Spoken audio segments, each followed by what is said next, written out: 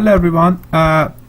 Today I'm going to show you how to calculate the integral of cosine x divided by square root of 1 plus sine x dx. Okay?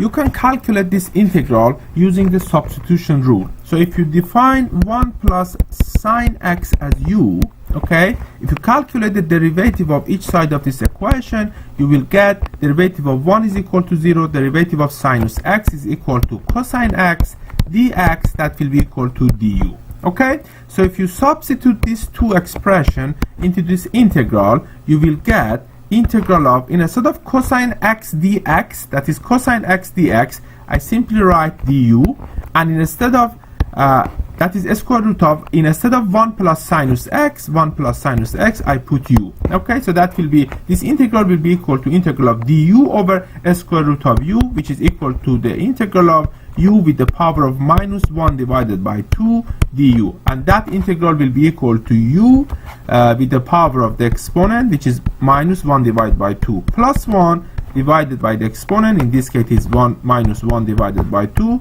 plus 1 plus c, that is the constant of the integral, and this will be equal to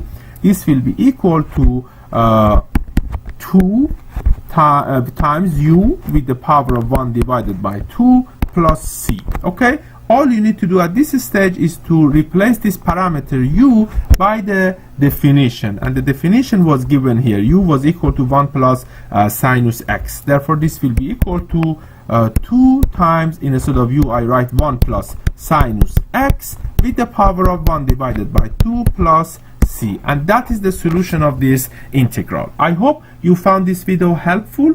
If you are interested, please feel free to subscribe into this channel so that you get updated when I upload new videos. Thank you.